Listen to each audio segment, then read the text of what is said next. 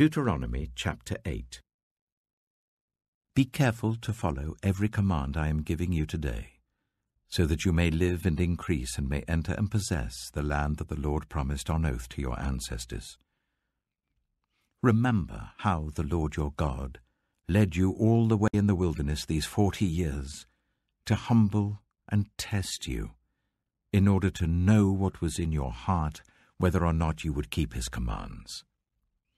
He humbled you, causing you to hunger and then feeding you with manna, which neither you nor your ancestors had known, to teach you that man does not live on bread alone, but on every word that comes from the mouth of the Lord.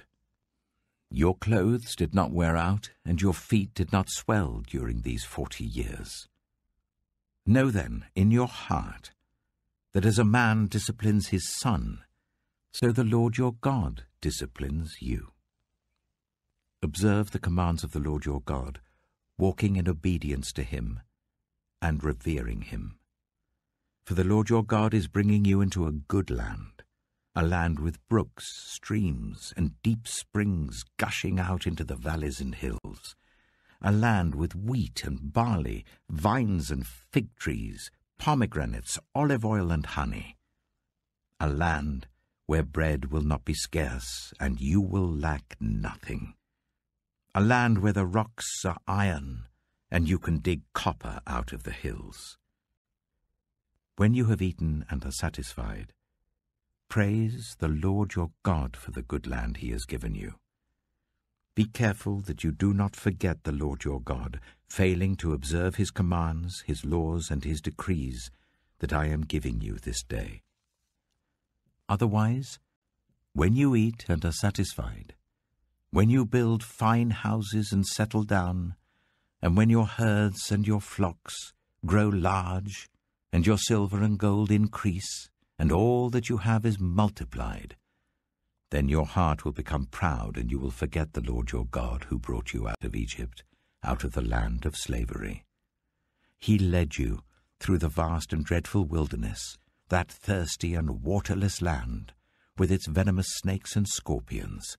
He brought you water out of hard rock. He gave you manna to eat in the wilderness, something your ancestors had never known, to humble and test you, so that in the end it might go well with you. You may say to yourself, my power and the strength of my hands have produced this wealth for me. But remember the Lord your God, for it is he who gives you the ability to produce wealth, and so confirms his covenant, which he swore to your ancestors, as it is today.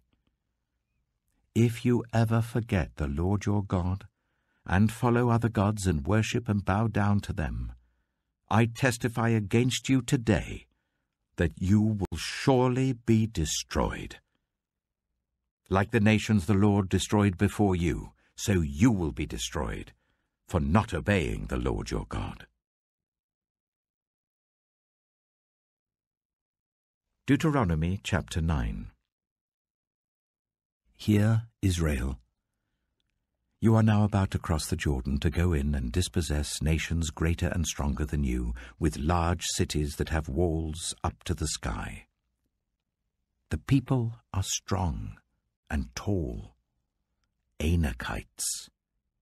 You know about them, and have heard it said, who can stand up against the Anakites?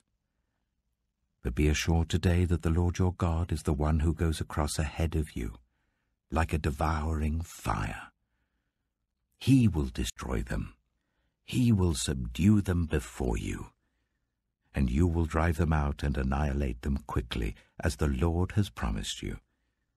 After the Lord your God has driven them out before you, do not say to yourself, the Lord has brought me here to take possession of this land because of my righteousness. No. It is on account of the wickedness of these nations that the Lord is going to drive them out before you. It is not because of your righteousness or your integrity that you are going in to take possession of their land, but on account of the wickedness of these nations, the Lord your God will drive them out before you, to accomplish what he swore to your fathers, to Abraham, Isaac, and Jacob. Understand, then, that it is not because of your righteousness that the Lord your God is giving you this good land to possess, for you are a stiff-necked people. Remember this, and never forget how you aroused the anger of the Lord your God in the wilderness. From the day you left Egypt until you arrived here, you have been rebellious against the Lord. At Horeb, you aroused the Lord's wrath so that he was angry enough to destroy you. When I went up on the mountain to receive the tablets of stone, the tablets of the covenant that the Lord had made with you, I stayed on the mountain for 40 days and 40 nights.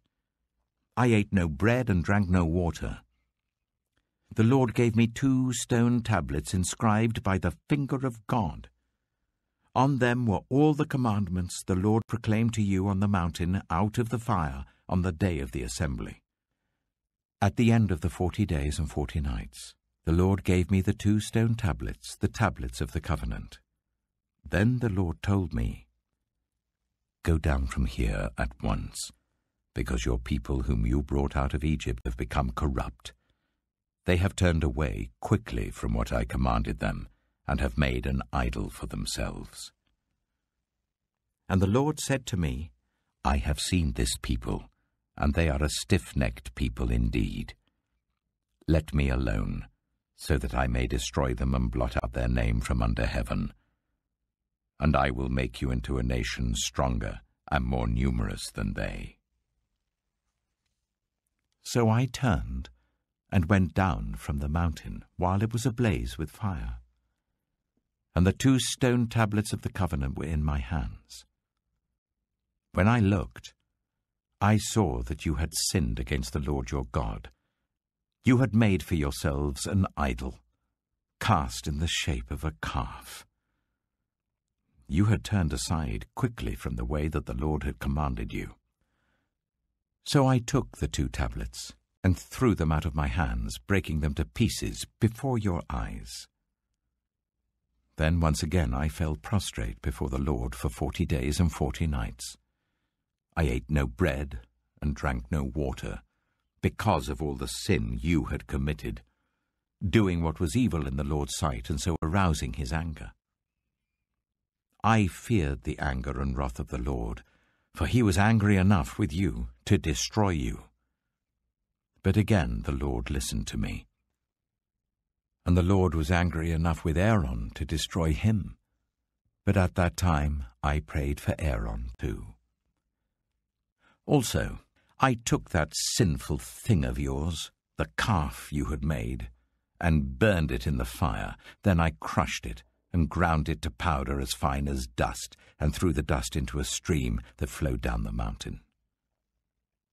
You also made the Lord angry at Taberah, at Massa, and at Kibroth-Hattaavah.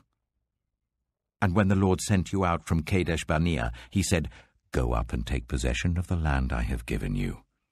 But you rebelled against the command of the Lord your God. You did not trust him or obey him. You have been rebellious against the Lord ever since I have known you. I lay prostrate before the Lord those 40 days and 40 nights because the Lord had said he would destroy you. I prayed to the Lord and said, "Sovereign Lord, do not destroy your people, your own inheritance, that you redeemed by your great power and brought out of Egypt with a mighty hand. Remember your servants Abraham, Isaac, and Jacob. Overlook the stubbornness of this people, their wickedness and their sin. Otherwise, the country from which you brought us will say, 'Because the Lord was not able to take them into the land he had promised them, and because he hated them, he brought them out to put them to death in the wilderness.' But they are your people, your inheritance, that you brought out by your great power and your outstretched arm."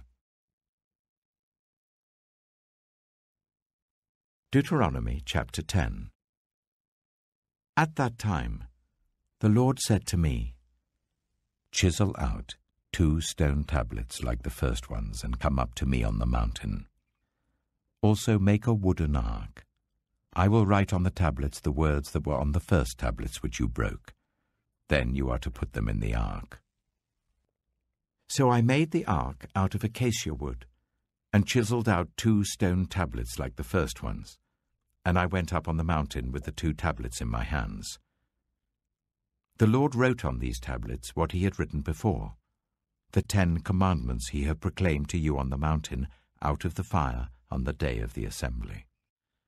And the Lord gave them to me.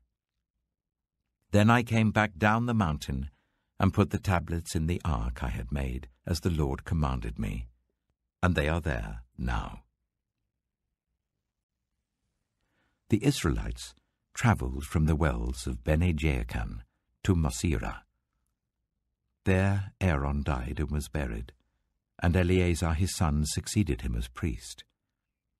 From there they travelled to Gudgodah, and on to Jotbathah, a land with streams of water.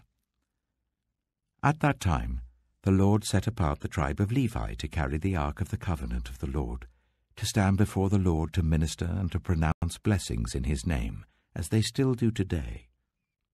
That is why the Levites have no share or inheritance among their fellow Israelites. The Lord is their inheritance, as the Lord your God told them. Now I had stayed on the mountain for 40 days and 40 nights, as I did the first time, and the Lord listened to me at this time also. It was not his will to destroy you. Go, the Lord said to me, and lead the people on their way, so that they may enter and possess the land that I swore to their ancestors to give them. And now, Israel, what does the Lord your God ask of you, but to fear the Lord your God, to walk in obedience to him, to love him, to serve the Lord your God with all your heart and with all your soul, and to observe the Lord's commands and decrees that I am giving you today for your own good. To the Lord your God belong the heavens, even the highest heavens, the earth, and everything in it. Yet the Lord set his affection on your ancestors and loved them, and he chose you, their descendants, above all the nations. As it is today, circumcise your hearts, therefore, and do not be stiff-necked any longer. For the Lord your God is God of gods and Lord of lords, the great God, mighty and awesome, who shows no partiality and accepts no bribes. He defends the cause of the fatherless and the widow, and loves the foreigner residing among you, giving them food and clothing. And you are to love those who are foreigners, for you yourselves were foreigners in Egypt. Fear the Lord your God and serve him. Hold fast to him, and take your oaths in his name. He is your praise. He is your God, who performed for you those great and awesome wonders you saw with your own eyes. Your ancestors, who went down into Egypt, were 70 in all. And now the Lord your God has made you as numerous as the stars in the sky. Luke chapter 2. In those days, Caesar Augustus issued a decree that a census should be taken of the entire Roman world. This was the first census that took place while Quirinius was governor of Syria, and everyone went to their own town to register. So Joseph also went up from the town of Nazareth in Galilee to Judea, to Bethlehem, the town of David, because he belonged to the house and line of David. He went there to register with Mary, who was pledged to be married to him and was expecting a child. While they were there, the time came for the baby to be born, and she gave birth to her firstborn, a son. She wrapped him in cloths and placed him in a manger, because there was no guest room available for them. And there were shepherds living out in the fields nearby, keeping watch over their flocks at night. An angel of the Lord appeared to them, and the glory of the Lord shone around them, and they were terrified. But the angel said to them, "Do not be afraid. I bring you good news that will cause great joy for all the people. Today, in the town of David, a Saviour has been born to you. He is the Messiah, the Lord. This will be a sign to you.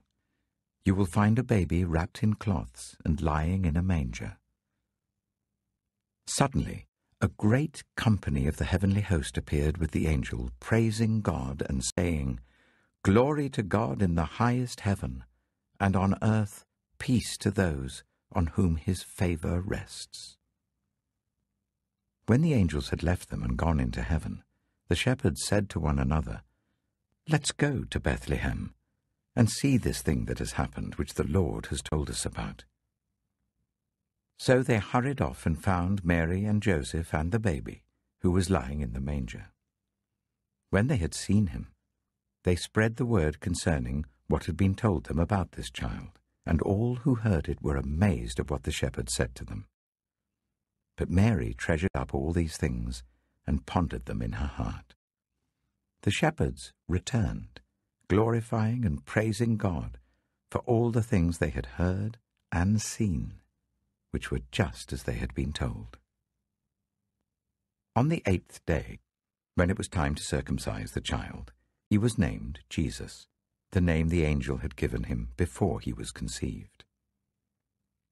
When the time came for the purification rites required by the law of Moses, Joseph and Mary took him to Jerusalem to present him to the Lord. As it is written in the law of the Lord, every firstborn male is to be consecrated to the Lord, and to offer a sacrifice in keeping with what is said in the law of the Lord, a pair of doves or 2 young pigeons. Now there was a man in Jerusalem called Simeon, who was righteous and devout. He was waiting for the consolation of Israel, and the Holy Spirit was on him. It had been revealed to him by the Holy Spirit that he would not die before he had seen the Lord's Messiah. Moved by the Spirit, he went into the temple courts. When the parents brought in the child Jesus to do for him what the custom of the law required, Simeon took him in his arms and praised God, saying, "Sovereign Lord, as you have promised, you may now dismiss your servant in peace. For my eyes have seen your salvation, which you have prepared in the sight of all nations, a light for revelation to the Gentiles, and the glory of your people Israel." The child's father and mother marveled at what was said about him. Then Simeon blessed them, and said to Mary, his mother, "This child is destined to cause the falling and rising of many in Israel, and to be a sign that will be spoken against, so that the thoughts of many hearts will be revealed, and a sword will pierce your own soul too." There was also a prophet, Anna, the daughter of Penuel, of the tribe of Asher. She was very old. She had lived with her husband 7 years after her marriage, and then was a widow until she was 84. She never left the temple, but worshipped night and day, fasting and praying. Coming up to them at that very moment, she gave thanks to God and spoke about the child to all who were looking forward to the redemption of Jerusalem. When Joseph and Mary had done everything required by the law of the Lord, they returned to Galilee, to their own town of Nazareth. And the child grew and became strong. He was filled with wisdom, and the grace of God was on him. Every year, Jesus' parents went to Jerusalem for the festival of the Passover.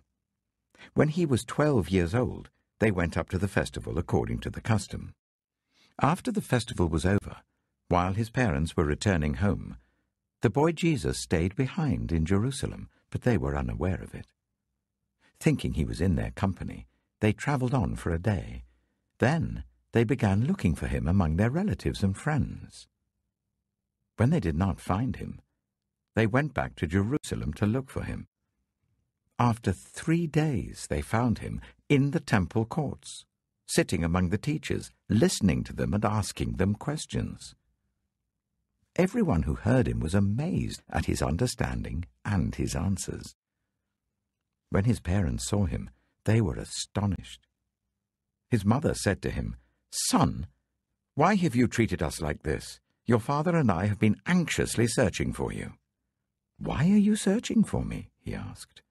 "Didn't you know I had to be in my Father's house?" But they did not understand what he was saying to them. Then he went down to Nazareth with them, and was obedient to them. But his mother treasured all these things in her heart. And Jesus grew in wisdom and stature, and in favor with God and man. Psalm 64. Hear me, my God, as I voice my complaint. Protect my life from the threat of the enemy. Hide me from the conspiracy of the wicked, from the plots of evildoers. They sharpen their tongues like swords and aim cruel words like deadly arrows. They shoot from ambush at the innocent. They shoot suddenly without fear. They encourage each other in evil plans. They talk about hiding their snares. They say, "Who will see it?"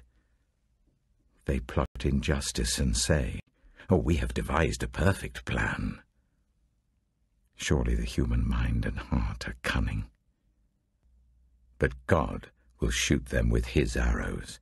They will suddenly be struck down. He will turn their own tongues against them and bring them to ruin. All who see them will shake their heads in scorn. All people will fear. They will proclaim the works of God and ponder what he has done. The righteous will rejoice in the Lord and take refuge in him. All the upright in heart will glory in him. Proverbs chapter 2. My son, if you accept my words, and store up my commands within you, turning your ear to wisdom and applying your heart to understanding. Indeed, if you call out for insight and cry aloud for understanding, and if you look for it as for silver and search for it as for hidden treasure, then you will understand the fear of the Lord and find the knowledge of God. For the Lord gives wisdom. From his mouth come knowledge and understanding. He holds success in store for the upright. He is a shield to those whose way of life is blameless. For he guards the course of the just and protects the way of his faithful ones. Then you will understand what is right and just and fair, every good path. For wisdom will enter your heart, and knowledge will be pleasant to your soul. Discretion will protect you, and understanding will guard you. Wisdom will save you from the ways of wicked men, for men whose words are perverse, who have left the straight paths to walk in dark ways, who delight in doing wrong and rejoice in the perverseness of evil, whose paths are crooked and who are devious in their ways. Wisdom will save you also from the adulterous woman, from the wayward woman with her seductive words, who has left the partner of her youth and ignored the covenant she made before God. Surely her house leads down to death, and her paths to the spirits of the dead. None who go to her return, or attain the paths of life. Thus you will walk in the ways of the good, and keep to the paths of the righteous. For the upright will live in the land, and the blameless will remain in it. But the wicked will be cut off from the land, and the unfaithful will be torn from it.